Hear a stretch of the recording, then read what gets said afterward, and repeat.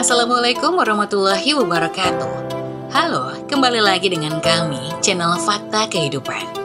Sebelum kita mulai membahas sebuah cerita, izinkan saya untuk menyapa kalian semua.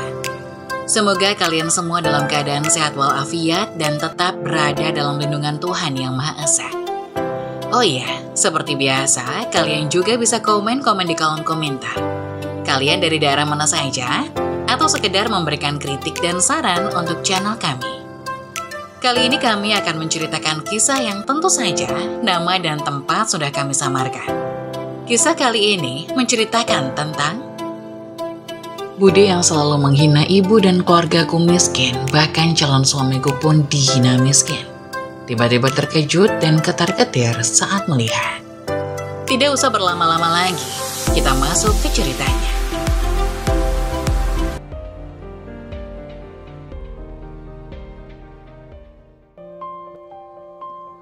Bude yang selalu menghina ibu dan keluargaku miskin, bahkan calon suamiku pun dihina miskin. Tiba-tiba terkejut dan ketar-ketir saat melihat. Selamat ya Irma, akhirnya kamu sudah sah jadi istri orang. Ucapku yang memberikan selamat kepada Irma. Terima kasih, ngomong-ngomong cuma ngasih selamat aja nih, gak ngasih kado gitu. Celetuk Irma yang meremehkan aku. Oh, kalau kado aku gak bawa, aku cuma bawa ini. Aku memberikan sebuah amplop kepada Irma, walaupun isinya tidak sesuai yang dia harapkan. Sudah aku tebak isinya pasti tipis. Aku tidak terlalu ambil pusing dengan ucapan Irma, karena aku sudah terbiasa diperlakukan sedemikian rupa oleh sepupuku sendiri. Irma adalah sepupuku. Dia adalah anak dari adik ibu kandungku, yakni Bisara. Kehidupan Irma denganku sangat jauh berbeda. Ia terlahir dari keluarga yang mampu, sedangkan aku hanya terlahir dari keluarga yang sederhana. Diketahui jika Mang Iwan itu adalah seorang mandor kebun sawit, jadi wajar jika kehidupan Irma sangat terjamin. Diana, sini. Aku segera menghampiri Bude Muri yang sedari tadi memanggil namaku. Ada apa Bude? Tanyaku saat sudah sampai di hadapan Bude. Tolong bantu Bude cuci piring di dapur. Bude nggak sanggup. Tapi nggak ada tapi-tapian. Lagian kamu nggak ngapa-ngapain kan? Seru Bude Murni. Bude mau ke depan dulu. Awas aja kalau nanti piring-piring ini masih kotor. Kamu tanggung sendiri akibatnya. Aku segera melaksanakan perintah Bude yang menyuruhku untuk mencuci piring. Jika tidak dilakukan secepatnya, aku berani bertaruh kalau Bude Murni akan menghinaku sesuka hatinya. Diana, ngapain kamu ada di sini? Bukannya kamu jadi pagar ayu di depan? Iya Mbak Novi, tapi aku disuruh buat cuci piring sama Bude Murni. Hah? Kok kamu malah mau sih disuruh sama Bude Murni? Sekali-kali lawan dong Diana, jangan diem aja. Sungut Mbak Novi yang tidak terima melihatku diperlakukan seperti ini. Gak baik kalau kita melawan orang tua Mbak, aku takut dosa. Aku lihat Mbak Novi menepuk jidatnya sendiri. Mungkin dia kesal dengan jawabanku yang seperti itu. Andai saja kamu bukan adik sepupuku, mungkin sudah aku gampar bolak-balik. Aku hanya bisa tersenyum melihat ekspresi kesal kakak sepupuku yang terlihat merah padam karena menahan emosi karena ulahku yang tidak mau membela diri. Mbak Novita adalah kakak sepupuku. Dia adalah anak dari Bude Listi, kakak tertua dari ibuku. Hanya dialah satu-satunya saudara ibu yang baik hati. Tidak seperti Bisara dan Bude Murni. Sikap mereka sangat jauh berbeda dengan Bude Listi. Bude Listi tidak pernah sama sekali membanding-bandingkan kasta antara ibu dan dirinya. Meskipun Bude Listi tahu jika ibuku orang yang paling susah di antara mereka bertiga, namun Bude Listi tetap menganggap aku dan ibu sebagai saudara. Diana, diajak ngomong malah bengong, ucap Mbak Novi. Maaf Mbak, aku gak dengar saking fokusnya cuci piring. Yaudah sini, aku bantuin biar cepat selesai. Mbak Novi langsung merebut piring yang ada di tanganku. Meskipun aku sudah berkata jangan, namun dia tetap kekeh ingin membantu. Piring-piring kotor yang tadi menumpuk sekarang sudah tercuci bersih semua. Aku dan Mbak Novi akhirnya bisa istirahat walaupun hanya sesaat. Ketika aku sedang bersantai, tiba-tiba aku dan Mbak Novi dipanggil oleh Budi Listi. Sepertinya Budi Listi ingin mengajakku dan Mbak Novi untuk berfoto. "Diana, Novi, ayo kita foto bersama," ucap Budi Listi yang datang memanggilku dan Mbak Novi. "Tapi Budi, kebayaku agak sedikit basah. Apa boleh aku ikut berfoto dengan kebayaku yang seperti ini?" seruku kepada Budi Listi. "Gak apa-apa Diana, kamu tetap cantik kok," sahut Mbak Novi. Kemudian aku mengikuti langkah kaki Mbak Novi dan Budi Listi untuk naik ke atas pelaminan. Ternyata di sana sudah pada berkumpul keluarga dari ibu untuk mengikuti sesi foto keluarga. Namun netraku mencari-cari keberadaan ibuku yang tidak terlihat ikut bergabung dengan saudara yang lainnya. "Ayo Diana," ajak Mbak Novi kepadaku. Iya Mbak." Akan tetapi saat kakiku menginjak tangga untuk naik ke atas pelaminan, tiba-tiba Irma mengusirku bagaikan sampah yang tidak berarti. "Ngapain kamu ikut? Mana kebayamu basah lagi? Mending di dapur aja sama ibumu, kamu itu gak diajak," ujar Irma dengan sombongnya. Aku pun menatap kebaya yang aku kenakan.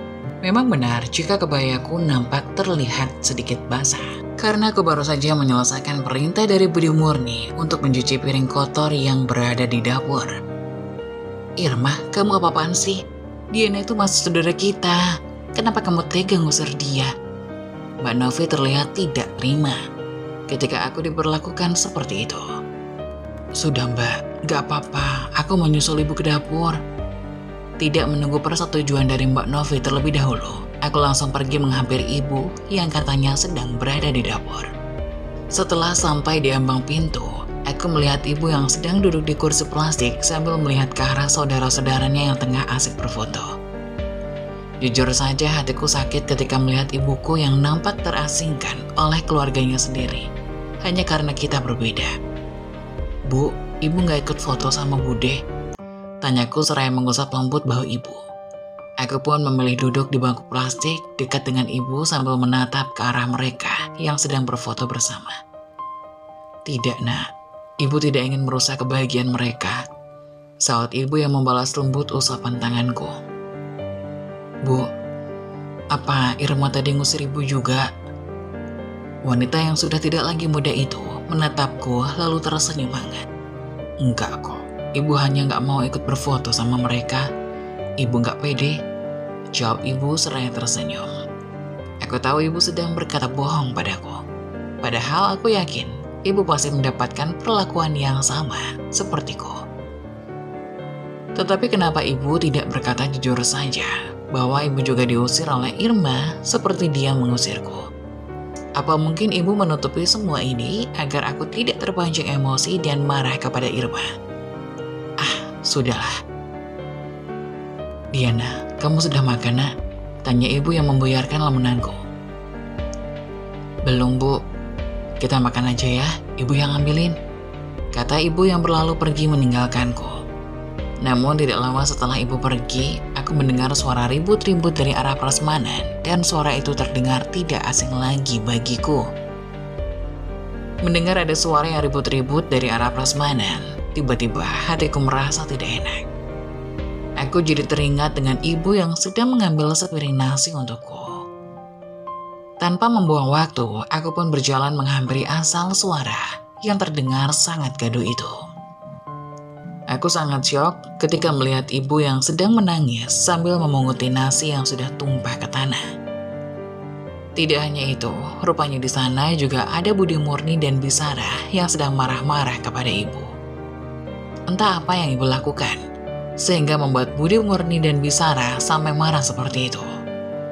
"Bu, ibu kenapa? Apa yang terjadi?" tanyaku panik, melihat ibu menangis sesenggukan seperti itu. "Lebih baik ibu kamu bawa pulang aja Diana, daripada di sini hanya bikin aku merugi." Sungguh perkataan dari Budi Murni ini sangat menyakiti hatiku. Aku juga tidak tahu apa yang dilakukan oleh ibu, sehingga Budi Murni berucap seperti itu di depan banyak orang. Merugi? Emang apa yang sudah dilakukan ibu, sehingga dapat merugikan Budi dan Bibi? Tanyaku penasaran. Walaupun aku tahu jika jawaban dari Budi Murni dan Bisara ini pasti sangat menyakitkan. Aku lihat sedari tadi ibumu ini hanya makan dan makan terus. Emang kamu pikir beli ikan dan beras itu nggak pakai duit? Cetus Bisara dengan menyilangkan kedua tangannya. Jujur aku nyesel udah mengundangmu di acara pernikahan putriku. Kalau tau begini, lebih baik gak usah diundang sekalian, sambungnya. Astagfirullah. Rupanya cuma gara-gara itu Bude dan Bibi sampai membuat ibu menangis. Sungguh sangat keterlaluan. Bibi, jaga bicaramu. Ingat, ibuku ini adalah kakak kandungmu yang sepantasnya harus dihormati, bukan malah dihinakan seperti ini. Kamu mimpi. Kebanyakan orang yang dihormati itu ya orang kaya, bukan orang miskin seperti kalian, kata Budi Murni. Saat aku ingin menimpali perkataan dari Budi Murni, ibu langsung menarik lenganku dan membawaku menjauh dari manusia kejam seperti Budi Murni dan Bisara. Sudah Diana, sabar. Seru ibu yang mengusap-usap punggungku dengan lembut, berharap amarah yang ada di dalam tubuhku segera hilang. Bu, kenapa ibu nggak mau membalas semua ucapan Budi Murni dan Bisara? Mereka itu udah kurang ajar loh, Bu. Aku memandang wajah ibu dengan sedikit kesal. Kenapa? Karena ibu tidak mau membalas setiap perlakuan yang Budi dan Bibi lakukan, kata ibu. Biar Allah saja yang membalas semua perilaku mereka. Tidak usah, Nak. Biar Allah saja yang balas. Oh iya, gimana pekerjaan kamu? Tanya ibu yang mulai mengalihkan topik pembicaraan. Alhamdulillah, Bu, lancar. Sedang asik berbincang-bincang dengan ibu, tiba-tiba Budi Listi datang sambil membawa sepiring nasi di tangannya. Diana, Yanti, ini nasi buat kalian, ayo dimakan, kata Budi Listi yang menyuruhku dan ibu untuk segera makan. Teringat jika aku dan ibu sejak tadi belum juga mengisi perut dengan nasi maupun kue. Maaf Bude, Diana sama ibu udah kenyang, jadi Bude gak usah repot-repot buat bawain nasi untuk kita. Sahutku yang tersenyum menatap wajah Budi Listi yang terlihat teduh itu. Budi Listi pun menarik napas berat. Aku yakin jika Budi Listi merasa malu dengan sikap Budi Murni dan Bibi Sarah terhadap ibu. Bude gak habis pikir kenapa sikap mereka sangat sombong seperti itu. Padahal kita adalah saudara, ungkap Budi Listi. Aku melihat dari sudut matanya nampak mengeluarkan air mata. Udah Mbak, lupain aja. Mungkin mereka malu karena punya saudara miskin sepertiku. Padahal sebelum mereka kaya, akulah yang mati-matian mencari uang buat kebutuhan sehari-hari. Tutur ibu dengan pandangan kosong lurus ke depan. Ibu pernah bercerita, setelah nenek meninggal, ibu dan Budi Listi yang menjadi tulang punggung keluarga. Ibu dan Budi Listi rela berjualan kue basah di pasar. Sedangkan Budi Murni dan Bisara, mereka hanya menunggu hasil dari jerih payah ibu dan Budi Listi. Pernah suatu ketika, saat Bisara ikut untuk berjualan dengan ibu, namun Bisara malah membuat semua pelanggan ibu kapok untuk membeli dagangannya. Karena Bisara terlalu jutek dan terbilang angkuh, dia tidak mau melayani pelanggan ibu dengan baik. Makanya kamu Diana, kerja itu yang benar. Jadikan omongan Budi Murni dan Bisara sebagai cambuk untuk menempuh kesuksesan kamu. Amin. Doain aku Bude, Bu, biar aku bisa sukses dan membungkam mulut Budi Murni dan Bisara. Tuturku yang penuh semangat. Melihat aku yang bertekad seperti itu, Budi Listi dan juga ibu tersenyum bahagia. Malam pun tiba, pesta pernikahan Irma telah selesai dilaksanakan. Aku lihat para tamu undangan pun sudah tidak ada lagi yang datang. Biasanya jika sudah tidak ada tamu lagi, para ibu-ibu yang bertugas memasak sudah pada pulang. Dan hanya tinggal ibu-ibu yang bertugas sebagai tukang cuci piring yang belum pulang. Aku dan ibu sudah merasa sangat lelah dan ingin beristirahat. Namun saat aku dan ibu ingin berpamitan untuk pulang, Bisara menahan agar aku dan ibu menginap di rumahnya. Diana sama Mbak Yanti nginep aja di rumahku. Lagian sudah malam, masa iya nggak mau melihat kita buka amplop? cetus Bisara yang berjalan sambil menenteng buku serta pulpen. Maaf Bi, kita nggak tertarik. Aku menjawab dengan cepat dan ingin segera membawa ibu pergi dari rumah nenek lampir itu. Oh jadi gitu, setelah seharian numpang makan di sini, kamu mau pergi gitu aja? Dasar manusia nggak tahu terima kasih. Tanganku mengepal dengan kuat, ingin rasanya aku menunjuk bibir tebalnya itu. Namun ibu mengusap lembut tanganku.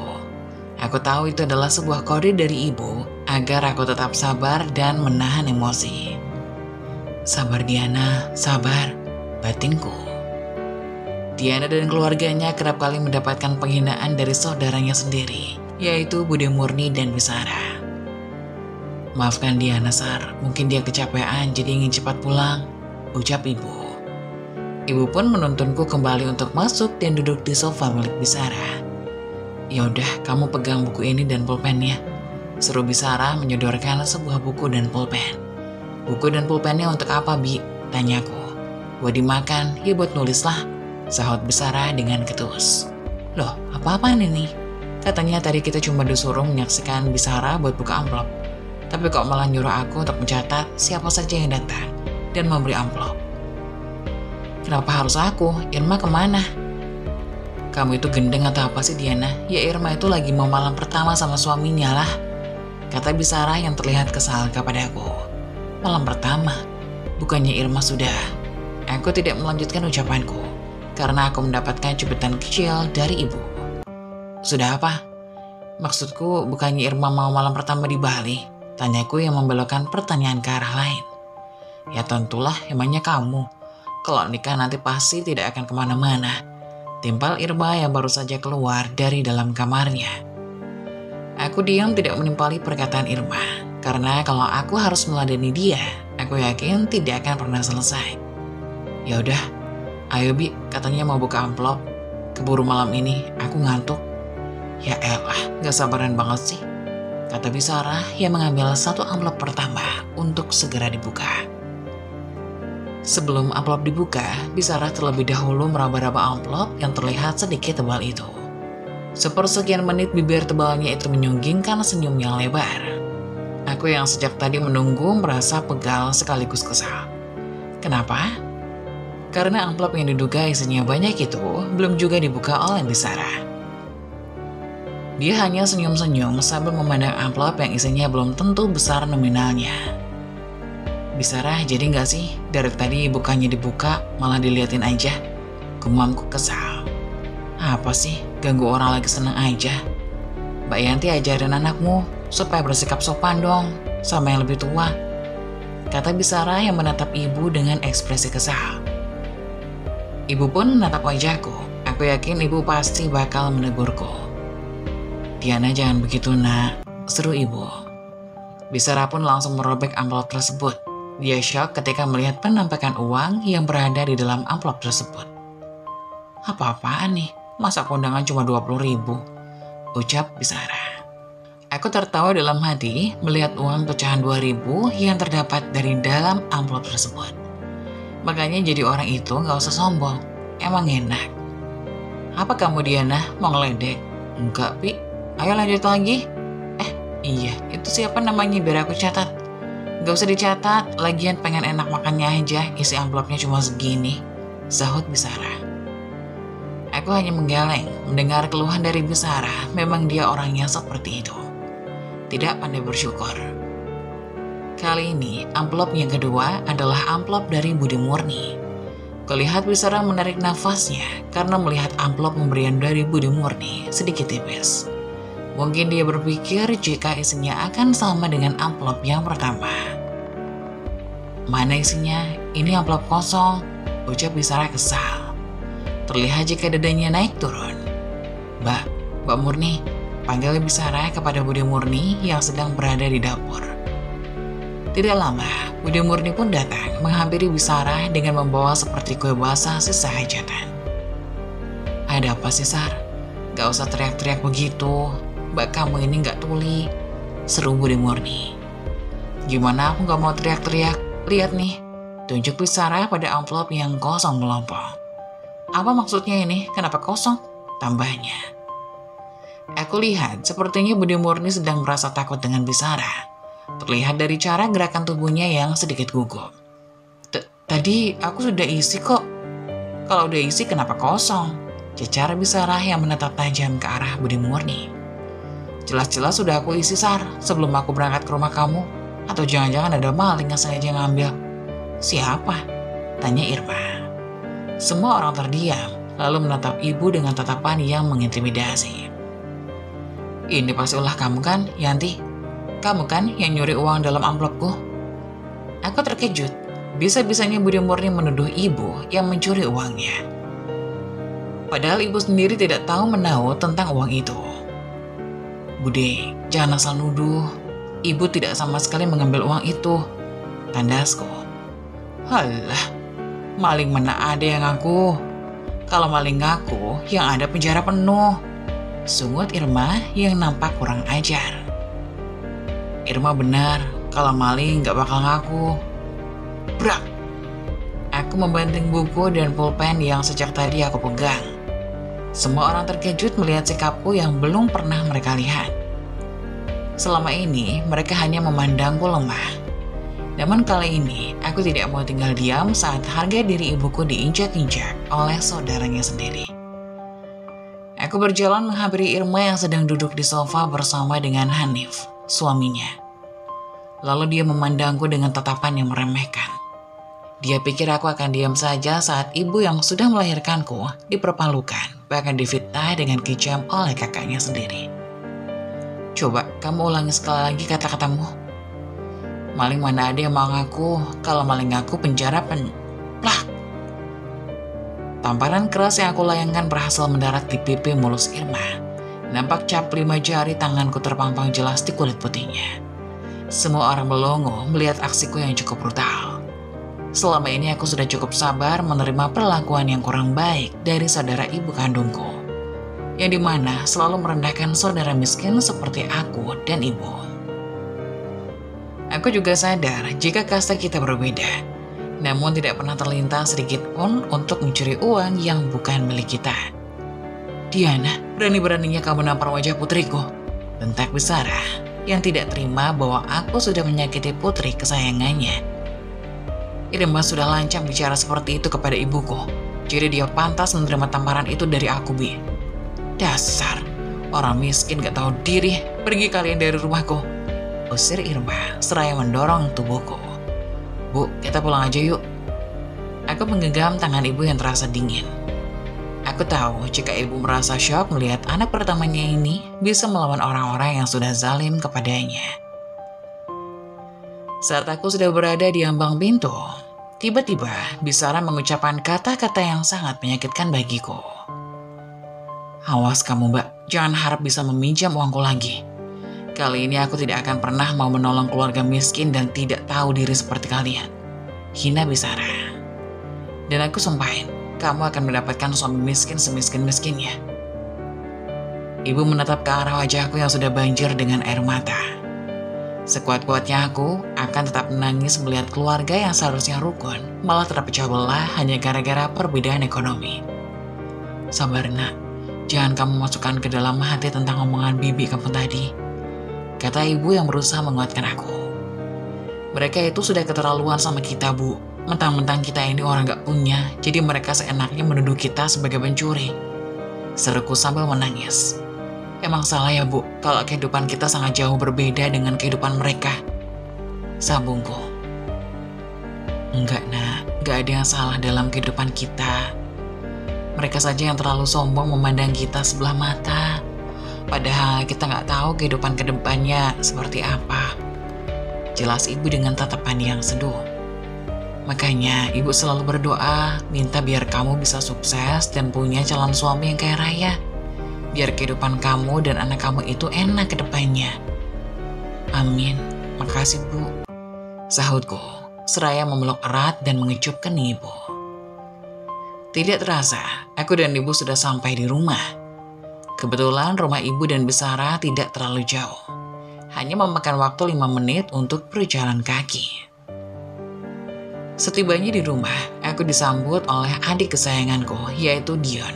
Usianya baru 10 tahun dan masih duduk di bangku SD. "Mbak Diana, Mbak nggak bawa kue basah dari hajatan Bisara?" tanya Dion dengan ekspresi penuh harap. "Enggak nak, kuenya udah habis sama tamu," kilaku. Ya, padahal Dion pengen banget kue basah itu. Dion sampai membayangkan betapa legitnya kue basah itu. Hatiku mencelau saat mendengar ungkapan Dion. Andai saja sikap Bisara sama dengan Budi Listi, mungkin aku sudah membawa kue basah itu. Iya, walaupun hanya 1 biji. "Insya Allah kalau Mbak punya uang, Mbak bakal beliin kamu kue basah." "Wah, beneran ya Mbak?" tanya Dion dengan mata yang berbinar.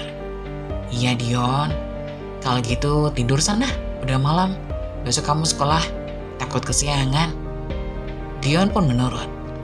Bocah 10 tahun itu pun langsung pergi ke kamarnya. Begitupun dengan aku juga langsung pergi ke kamar untuk istirahat. Teringat jika besok adalah hari gajian aku untuk pertama kalinya. Jadi aku harus berangkat pagi-pagi sekali. Pagi menyapa, matahari menyingsing di ufuk timur. Suara burung-burung nampak berkicau menghiasi pagi yang sangat cerah ini. Aku segera bangkit dari tempat tidurku, walaupun rasanya sedikit malas karena masih mengantuk. Tapi aku teringat jika hari ini adalah hari pertamaku gajian. "Diana, sarapan dulu nak," ucap ibu yang menyuruhku untuk sarapan. "Nanti saja Bu, di tempat kerja aja. Di sana itu mahal-mahal harganya Diana. Lebih baik sarapan di rumah. Ibu udah buatin nasi goreng terasi kesukaanmu." Mataku berbinar saat ibu mengatakan bahwa dia telah membuatkan nasi goreng kesukaanku. Aku memang suka dengan nasi goreng terasi yang dimasak oleh ibu. Bukan hanya rasanya saja yang nikmat dan gurih, namun ibu telah memasaknya dengan penuh cinta dan kasih sayang. Aku segera ikut duduk di lantai yang beralaskan tikar. Di sana rupanya sudah ada bapak dan juga Dion yang telah menikmati nasi goreng buatan ibu. "Yang banyak Diana makannya, biar badan kamu besar," ciletuk bapak sambil tersenyum. "Emang badan Diana ini kurus ya pak? Perasaan gak kurus-kurus banget ah," sahutku sambil menatap ke arah lengan kanan kiriku. Mbak, bapak dipercaya, bapak itu cuma bercanda." "Ih, bapak mah," ujarku seraya mengerujutkan bibir. "Sudah, ayo makan, nanti kamu kesiangan nak," kata ibu. Saat kami sedang menikmati sarapan, tiba-tiba ada seseorang yang menggedor-gedor daun pintu rumahku. "Yanti, keluar kamu Yanti." Aku dan keluargaku yang sedang sarapan pun seketika terkejut mendengar suara teriakan dari seseorang yang berada di luar rumah. Aku yang baru saja selesai menyantap sarapan langsung berdiri dan membuka pintu. Ingin tahu siapa yang ingin mengacaukan ketenangan orang lain. "Biar aku saja Bu yang buka pintu," ujarku pada ibu yang terlihat hendak berdiri dan membukakan pintu. Tetapi aku tahan. Aku hanya takut jika akan terjadi sesuatu pada ibuku. Setelah pintu terbuka, rupanya yang datang itu adalah Bu Lastri, pelanggan setia ibu di pasar. Namun aku heran dengan sikap Bu Lastri yang terlihat sangat marah ketika memanggil nama ibu. Entah apa yang membuat Bu Lastri terlihat marah seperti itu, padahal dia itu dikenal sebagai orang yang jarang membuat huru-hara. "Mana si Yanti? Suruh dia ke sini," kata Bu Lastri yang marah. Setelah melihat akulah yang membuka pintu, bukan ibu. "Maaf Bu, ada masalah apa? Kok datang-datang ibu marah-marah?" tanyaku dengan sopan. "Gak usah sok baik. Mana cepat panggil ibumu, aku pengen bicara sama dia," ditah Bu Lastri. "Maaf, ada apa Bu?" tanya ibu yang tiba-tiba datang tanpa aku panggil terlebih dahulu. Seketika Bu Lastri mendorong tubuhku setelah melihat kemunculan ibu. Tubuhku yang belum siap menerima dorongan dari Bu Lastri seketika terhuyung ke samping. "Heh Yanti, maksud kamu apa membicarakan saya di belakang?" sungut Bu Lastri yang terlihat marah. Kulihat ekspresi wajah ibu sedikit bingung dengan apa yang dikatakan oleh Bu Lastri. "Maksud ibu apa? Maaf saya nggak mengerti Bu." "Nggak usah pura-pura nggak tahu Bu. Aku tahu dari si Murni. Kamu itu sering membicarakan dan mengatakan kalau aku ini orang yang pelit," tutur Bu Lastri. "Oh, Rupanya Bu Lasri sudah kemakan omongan Budi Murni. Pantas saja Bu Lasri sampai marah-marah dan menuduh ibu seperti itu.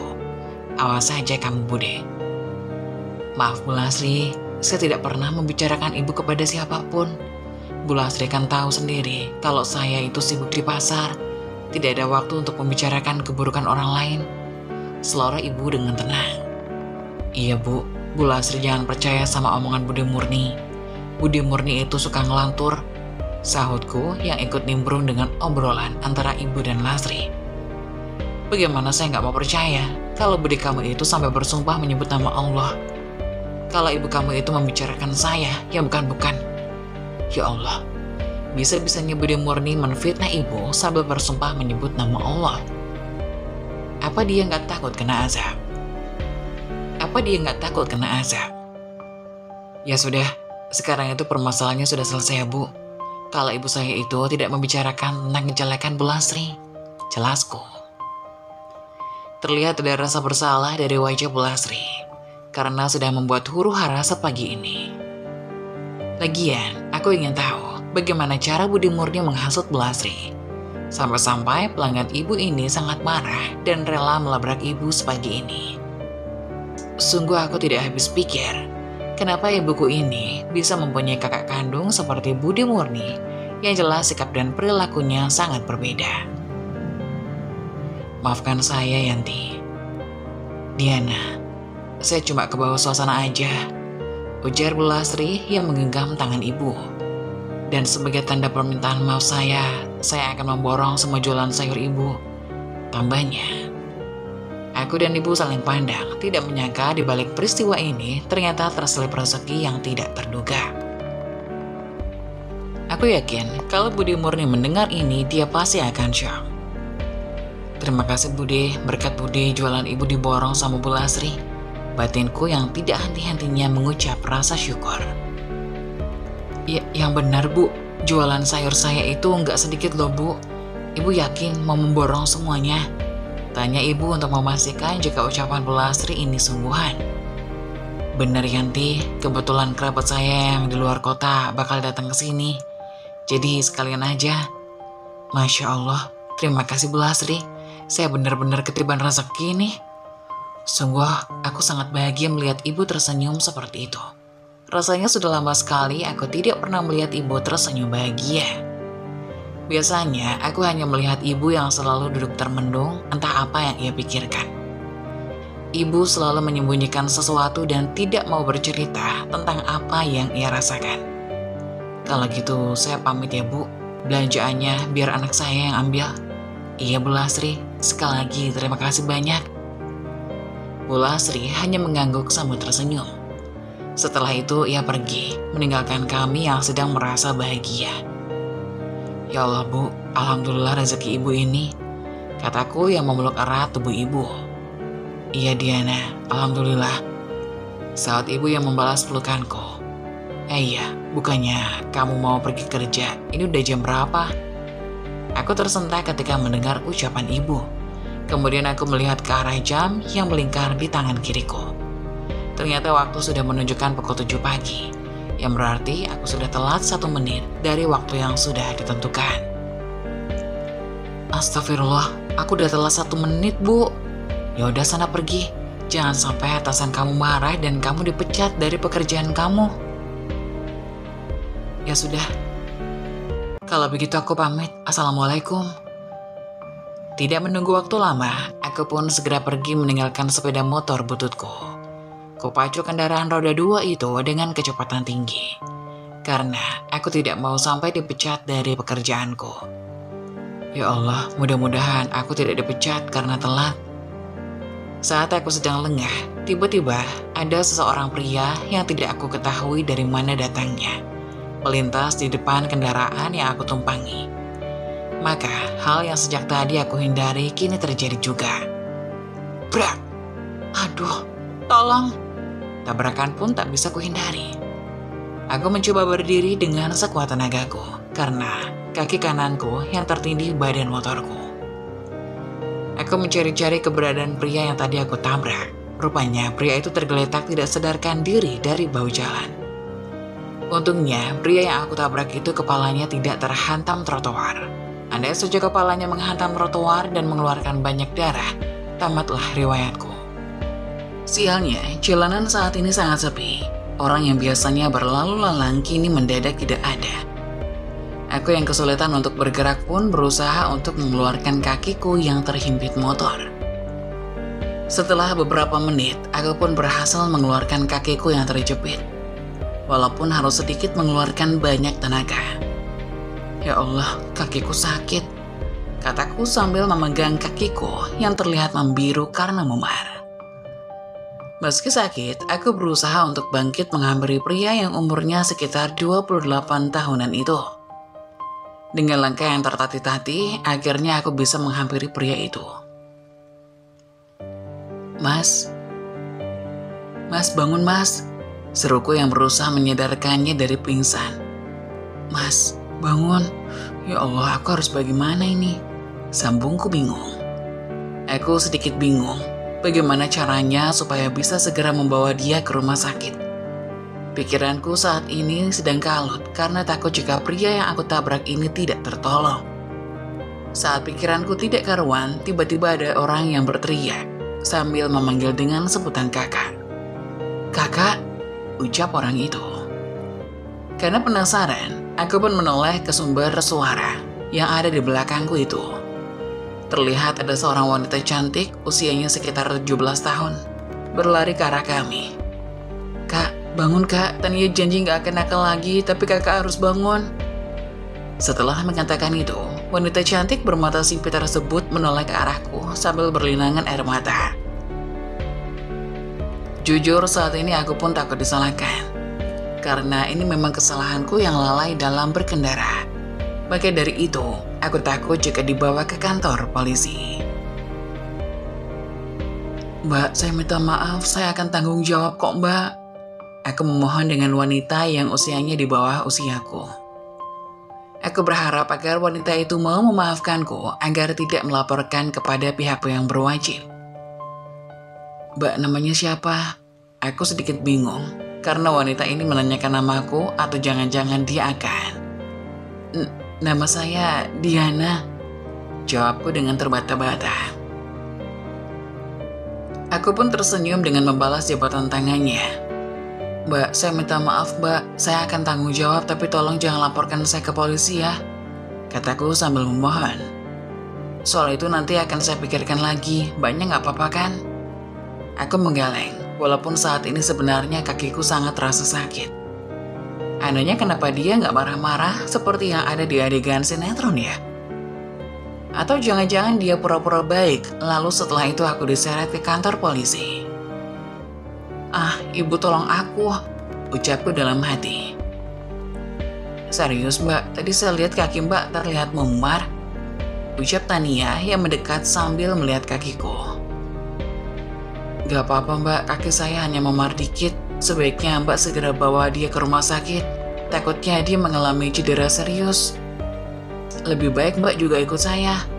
Dek. Perasaan dan pikiranku pun tidak karuan, sehingga jantungku pun berdetak begitu cepat. Membayangkan sebentar lagi aku akan dibawa ke kantor polisi. Ya Allah, gimana ini? Dia nyuruh aku ikut, apalagi kalau bukan buat melaporkanku, batinku.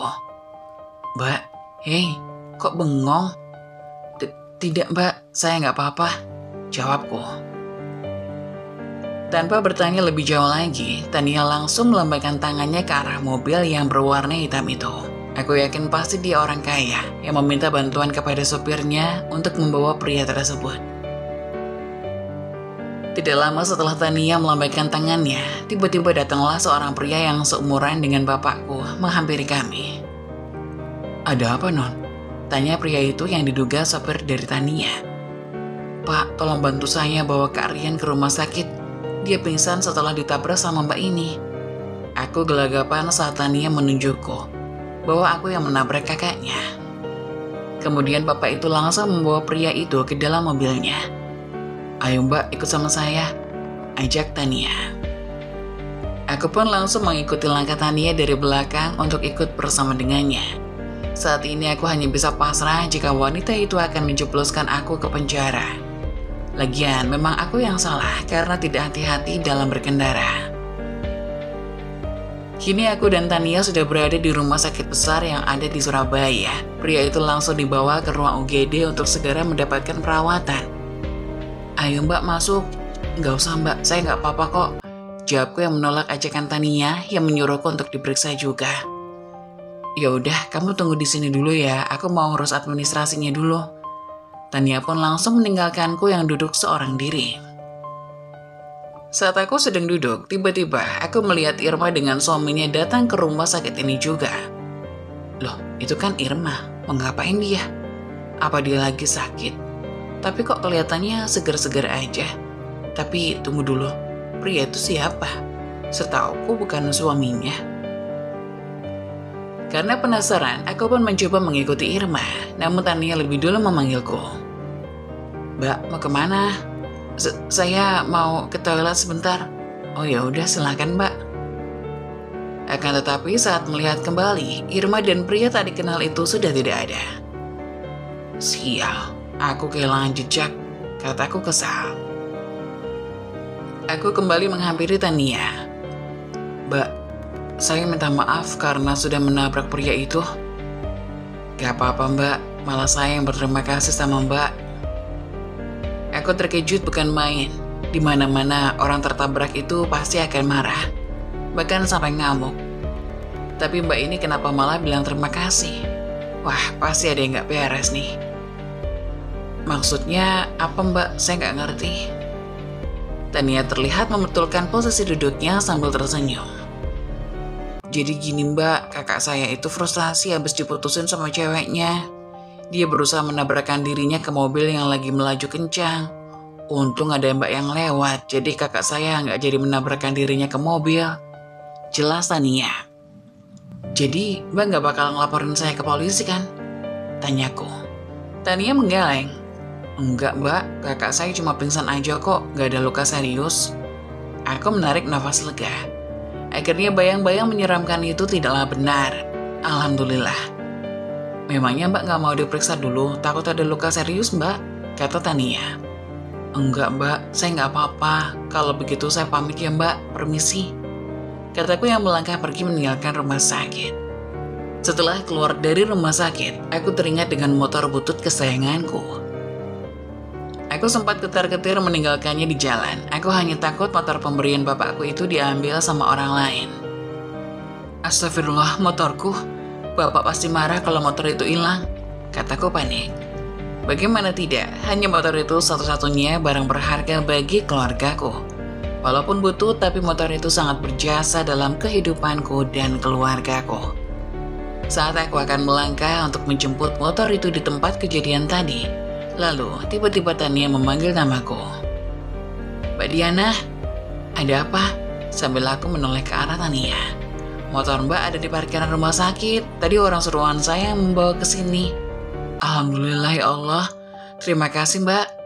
Aku pun langsung berjalan menuju tempat parkir untuk mengambil motor kesayanganku. Terlihat motor bututku parkir di barisan motor-motor yang mahal. Aku pun langsung segera menghampirinya dan melaju menuju tujuanku pergi ke tempat kerja. Tidak lama kemudian, aku langsung sampai di tempat kerjaku. Aku bekerja di sebuah restoran yang bernuansa Turki, yang dimana restoran itu cukup terkenal dengan hidangan masakan khas Timur Tengah. Di restoran ini aku bekerja sebagai pelayan. Walaupun gajiku nggak seberapa, tapi aku masih bisa mencukupi keluargaku. Saat aku masuk ke dalam restoran, aku tidak melihat pegawai lainnya. Aku cukup bingung dan perasaanku campur aduk dengan pikiran-pikiranku yang kemana-mana. "Diana, kamu kemana aja? Ditungguin sama bos juga, baru nongol." Eka yang baru keluar dari ruangan bos langsung memarahiku dan segera menyuruhku untuk masuk ke dalam ruangannya. "Aku takut diomelin kak." "Salah kamu, kenapa telat coba?" "Aku tadi kecelakaan di jalan Eka, lihat tuh kakiku bengkak." Wanita itu langsung melirik ke arah kakiku yang membengkak dan membiru. "Ya ampun, kamu gak apa-apa?" tanya Eka yang terlihat panik. "Gak apa-apa kok, aman." "Ya udah, aku masuk dulu ya." Aku pun langsung masuk ke ruangan bos. Eka adalah sahabat dekatku di tempat bekerja. Walaupun orangnya agak ketus, tapi dia baik dan selalu menolongku saat aku susah. "Permisi Pak, maaf saya telat," ucapku yang baru saja masuk ke dalam ruangan bos. "Ini sudah jam berapa Diana? Setengah jam loh kamu telatnya. Ngapain aja sih di jalan?" Saya habis kena musibah Pak, saya habis nabrak orang," jawabku sambil menunduk. "Alasan? Saya tidak mau dengar alasan apapun dari kamu ya. Ini uang gaji kamu yang terakhir." Aku menatap Nenar ke arah amplop yang berwarna coklat itu. Maksud Bapak saya dipecat?" tanyaku dengan suara bergetar. "Kamu itu karyawan baru, kenapa kamu tidak bisa profesional dan disiplin?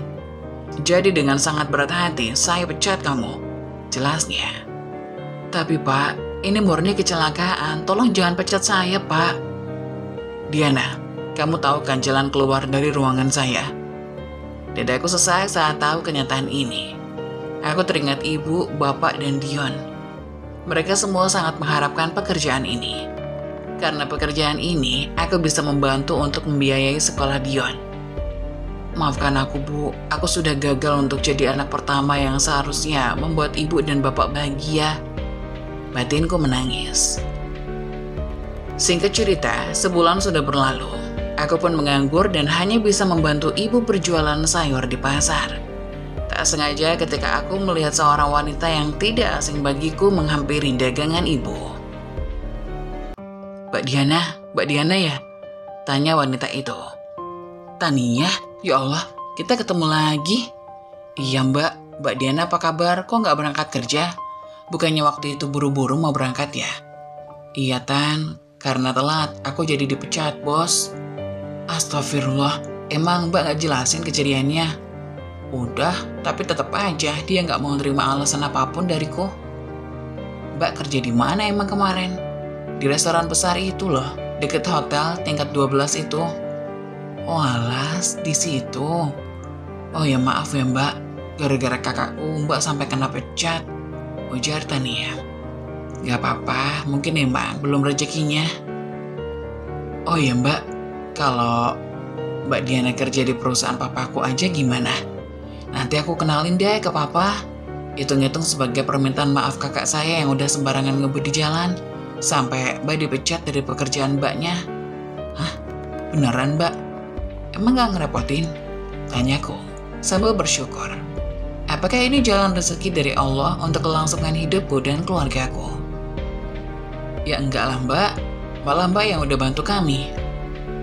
"Tapi saya cuma lulusan SMK, apa saya bisa masuk perusahaan?"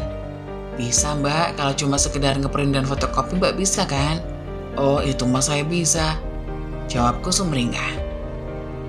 Kami pun saling bertukar nomor WhatsApp untuk saling mengabari kelanjutan pekerjaanku. Keesokan harinya, Tania pun mengirimkan Sherlock agar aku bisa segera datang ke perusahaan papanya itu. Tanpa berlama-lama, aku langsung mengikuti arah Google Maps itu. Sesampainya di sana, aku tidak mengenal siapapun dan tak lama kemudian Tania datang memanggilku dari belakang. "Mbak Diana?"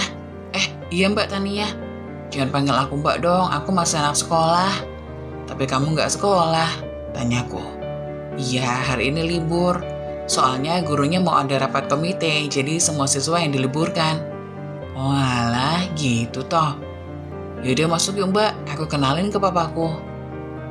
Sesampainya di dalam kantor, aku pun terkejut. Ternyata kantor orang kaya sebesar ini ya. Luar biasa dan estetik. Bikin karyawannya betah di kantor. "Tok tok tok, masuk," kata Papa Tania yang ada di dalam ruangannya. "Hai Paps, ini temen aku, namanya Mbak Diana yang aku ceritain ke Papa kemarin itu loh." "Oh Mbak Diana, silakan duduk dulu." "Jadi gini, Tania sudah cerita semua tentang kamu kepada saya. Jadi kebetulan di kantor saya ini sedang kekurangan orang untuk bagian administrasi. Jadi apa kamu bisa bantu?" Sebelumnya saya minta maaf Pak, karena saya belum punya pengalaman kerja di bagian administrasi. Tapi saya akan berusaha semampu saya Pak." "Kamu tenang aja, nanti akan ada yang bantu kamu kok." Aku pun merasa senang dengan tawaran yang diberikan oleh Pak Daniel. Semoga ini awal dari kesuksesanku. "Baik Pak, terima kasih Pak." Hari pertama aku bekerja, aku melihat ada orang yang kesulitan saat ingin mengeprint suatu berkas. Kemudian aku pun menghampirinya dan membantunya. Akan tetapi orang ini seperti tidak asing bagiku. Tapi aku tak tahu namanya. Setelah dibantu, ternyata orang itu sangat angkuh dan dingin. Sebulan berlalu aku pun mulai lincah dengan pekerjaanku. Tibalah saatnya gajianku untuk pekerjaan yang baru aku pelajari ini. Dengan ketekunan dan pelajaran yang aku dapat dari pekerjaan sebelumnya, aku pun tidak ingin terlambat lagi.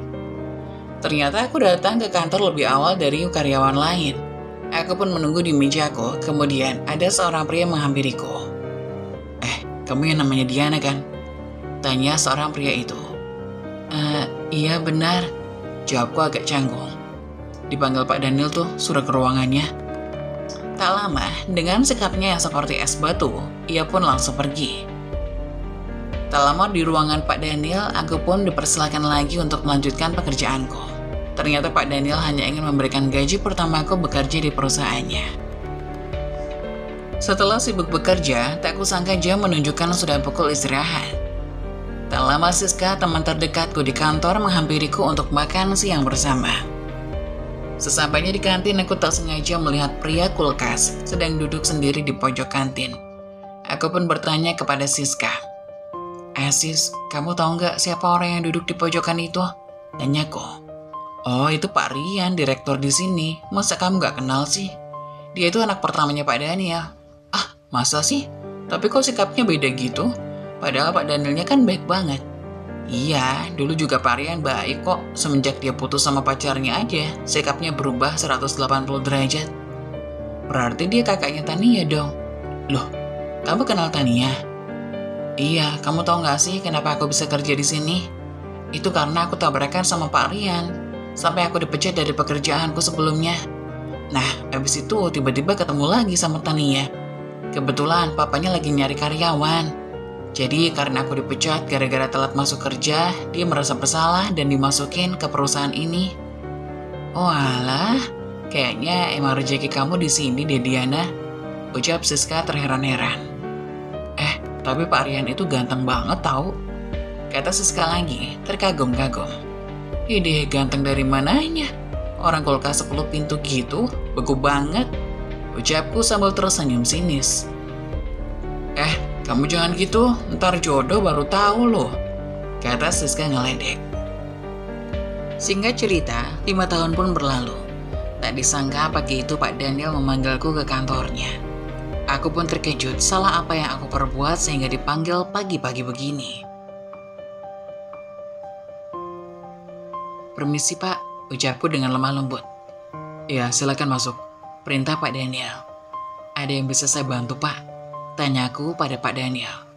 Tak lama kemudian datanglah Tania dan istri Pak Daniel yaitu Ibu Widya. Aku pun bingung ada apa ini. Apa yang terjadi, kenapa tumben sekali Tania dan Ibu Widya ke kantor? Baik, langsung saja ya Mbak Diana. Jadi gini, sebenarnya anak saya Rian sudah membaik dari depresinya. Sekarang dia telah menemukan pujaan hatinya, ucap Pak Daniel. Aku pun bingung kenapa masalah keluarga Pak Daniel harus diceritakan padaku. Memangnya aku siapa? Aku pun bertanya-tanya dalam hati. Oh begitu ya Pak, syukurlah kalau begitu. Tapi kenapa Bapak harus menceritakan hal ini kepada saya? Nah, jadi gini nak, Diana, semenjak kamu ada di perusahaan ini, kinerja kamu bagus. Kamu memiliki attitude yang baik.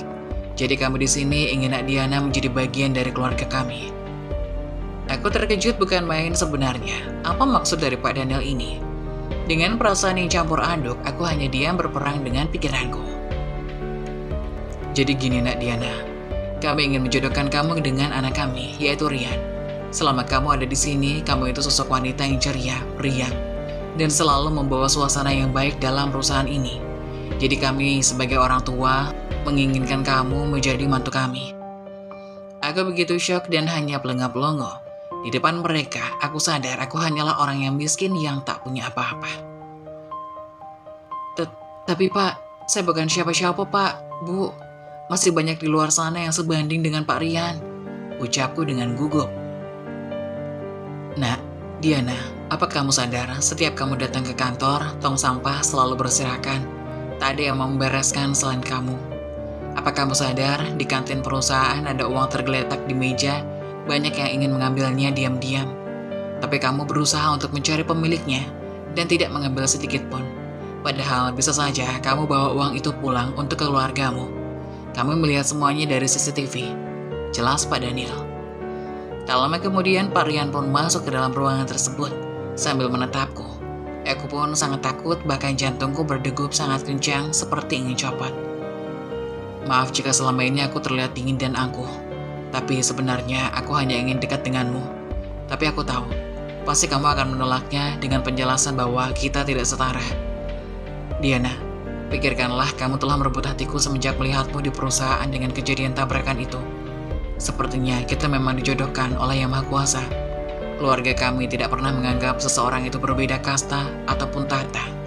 Kami menganggap semua manusia itu sama. Jadi tolong terimalah cintaku ini, kata Pak Rian sambil memberikan sebuah cincin berlian yang sampai tak sanggup aku melihatnya. Tapi Pak, Bu, saya bukan siapa-siapa. Saya nggak berhak mendapatkan ini semua. Saya... Belum selesai aku mengatakan kalimatku, langsung disambung oleh Bu Widya. Tidak nak, kamu berhak bahagia. Sudah lama kami menginginkan menantu sepertimu. Attitude yang kamu miliki ini sangat langka di era sekarang. Jadi tolong terima anak kami ya nak, jawab Bu Widya sambil tersenyum. Maaf Pak, bukannya saya nggak mau, tapi pasti cincin itu sangat mahal dan tidak cocok untuk orang seperti saya. Diana, aku sudah bilang, keluarga kamu tidak memandang tahta dan kedudukan manusia. Kami serius di sini. Ayo, Kak Diana, terima ya cintanya Kak Rian. Nanti dia kabur lagi loh, ucap Tania membuyarkan ketegangan. Kalau memang Pak Rian serius, mohon maaf, tapi saya harus memberitahu keluarga saya terlebih dahulu. Stop, jangan panggil saya Pak lagi, panggil saja Mas. Baik Mas Rian. Jika Mas Rian sekeluarga benar-benar yakin dengan saya, silakan datang ke rumah saya. Tapi mohon maaf, rumah saya sangat jelek. Kami tidak peduli saat ini rumahmu mau jelek atau apapun. Setelah menikah akan saya renovasi. Pekan ini saya dan keluarga akan mampir ke rumahmu, ujar Rian penuh keyakinan. Entah mimpi apa aku semalam, mengapa tiba-tiba sekali aku merasakan perasaan yang sangat amburadul seperti ini. Di sisi lain aku merasa malu dan tidak pantas. Akan tetapi di sisi lain aku senang. Ternyata Allah memberikan jalan rezekiku dari calon suamiku. Haruskah aku bersujud syukur saat ini? Tapi tidak jika mereka bersungguh-sungguh. Pekan ini mereka pasti mendatangi rumahku. Baik, kalau begitu saya pamit lanjut kerja dulu. Karena sebentar lagi sudah mendekati jam pulang. Permisi. Aku pun keluar dari ruangan itu dengan rasa yang campur aduk. Seketika semua karyawan memandang ke arahku sambil tersenyum. Cie, yang mau jadi calon istri direktur? Ucap Siska teman terdekatku. Loh, kok kamu tahu? Tahulah, orang tiap hari Pak Rian ngeliatin elu bulus sambil senyum-senyum. Jawab Siska sambil tertawa kecil. Mukaku memerah karena malu dengan semua karyawan yang ada di sana. Mereka semua mengucapkan selamat kepadaku. Aku pun mengelak dan mengalihkan pembicaraan dengan membahas jam yang sudah waktunya pulang. Saat aku bersiap-siap akan pulang, Rian pun menghampiriku. Aku antar ya, ucapnya sambil menarik tanganku. Aku pun merasa senang tapi malu. Sesampainya di rumah, orang tuaku terkejut dan bertanya-tanya. Diana, kamu pulang sama siapa? Ibuku membuka suara. Assalamualaikum Bu, kenalin saya Rian, teman kerjanya Diana. Waalaikumsalam nak, ayo masuk. Dan percakapan tentang niat baik Rian pun orang tuaku telah mengetahuinya dengan senang hati. Akhir pekan pun tiba, ternyata di pembahasan Rian dan orang tuaku kemarin tak hanya sekedar lamaran, tapi akan langsung menggelar pernikahan di sebuah gedung besar dengan mewah dan meriah. Undangan pun telah disebar. Budi Murni pun seperti biasa hanya bisa menjelekan aku dan keluargaku. Begitu juga dengan Bisara. Tapi tidak dengan Budi Listi, hanya keluarga Budi Listi yang bahagia menyambut pernikahanku. Singkat cerita, pernikahanku dan Mas Rian pun dilaksanakan. Dengan sombongnya Budi Murni menjelekkan keluargaku, dengan menfitnah bahwa acara mewah ini hasil pinjaman online ataupun semacamnya. Budi Murni dan Bisara terus membicarakan keburukan keluarga kami, padahal itu tidak benar. Seketika Budi Murni dan Bisara mendekati ibuku. "Yanti, dapat dari mana kamu uang sebanyak ini?" tanya Budi Murni sambil sinis. "Paling juga minjem di bank. Tapi kan kalau di bank harus ada jaminan." Paling juga pinjol, ucap Bisara sambil tertawa terbahak-bahak. Tak lama, acara akad pun akan segera dimulai. Lagi-lagi Bisara dan Budi Murni membicarakanku. "Halah, paling mas kawinnya cuma dikit." "Iya, paling juga cuma 20.000. Hampir saja mereka membuatku mengamuk, akan tetapi tidak mungkin aku mengamuk di acaraku sendiri. Biar nanti mereka saksikan sendiri kebenarannya. Acara akad pun dimulai saat calon suamiku mengeluarkan mas kawin yang aku pun kaget. Dan baru pertama kali aku melihat uang sebanyak itu menumpuk di depan mataku yang berjumlah 5 miliar rupiah. Sehingga membuat mata Bisara dan Budi Murni membungkam. Dan saat MC menjelaskan bahwa calon suamiku adalah direktur dan ayah mertuaku itu orang yang sangat terpandang yang memiliki perusahaan di berbagai cabang kota yang ada di Indonesia. Seketika Budi Murni dan Bisara pun hanya bisa melongo mendengarnya. "Makanya jangan suka ngehina atau merendahkan orang lain, kemakan omongan sendiri kan?" kata Budi Listi menjelaskan kepada Budi Murni dan Bisara. Setelah akad selesai, Budi Murni langsung berlagak sok baik kepada ibuku. Begitu juga dengan Bisara. Ketika sesi berfoto keluarga tiba, aku pun tidak ingin Budi Murni dan Bisara ikut di dalam sesi foto. Karena aku ingat betul, di mana saat itu aku merasa menjadi sampah tak berguna yang diusir dan dicaci maki seremeh itu. Aku hanya mengajak Budi Listi dan Mbak Novi sekeluarga saja, tanpa menghiraukan keluarga Budi Murni, Irma, dan juga Bisara. Akan tetapi, ibuku tidak mengajarkanku untuk balas dendam. Dan akhirnya, di sesi foto terakhir, ibuku mengajak semua saudaranya, termasuk Budi Murni dan Bisara, yang sering mencaci maki kami. Entah terbuat dari apa hati ibuku ini. Setelah menikah, ternyata suamiku sangat menyayangiku dengan hangat. Tidak sedingin yang aku tahu dulu. Aku pun hidup bahagia dan sangat diratukan oleh suamiku. Karena suamiku, aku bisa mengangkat derajat orang tuaku. Demikianlah kisah dari salah satu subscriber kita. Bagaimana menurut kalian? Silahkan komen di kolom komentar ya. Saat-saat tersulitmu seringkali mengarah pada momen-momen terbesar dalam hidup. Teruskan, situasi sulit pada akhirnya membangun orang yang kuat. Mengeluh tidak akan pernah bisa memperbaiki keadaan. Bersemangatlah dalam menjalani hidupmu dengan ikhlas dan kesabaran. Begitulah kisah dari salah satu subscriber kita. Semoga kita dapat mengambil hikmah dan nilai-nilai penting yang bisa kita jadikan contoh pada kehidupan kita sehari-hari. Bagi kalian yang ingin memberikan kritik dan saran yang membangun, kalian bisa tuliskan di kolom komentar. Kalian juga bisa membagikan kisah kalian untuk kami bawakan lewat nomor yang ada di kolom deskripsi. Jangan lupa tetap dukung channel kami dengan cara like, komen, dan subscribe, serta tunggu video-video selanjutnya. Sekian dari saya, terima kasih. Wassalamualaikum warahmatullahi wabarakatuh.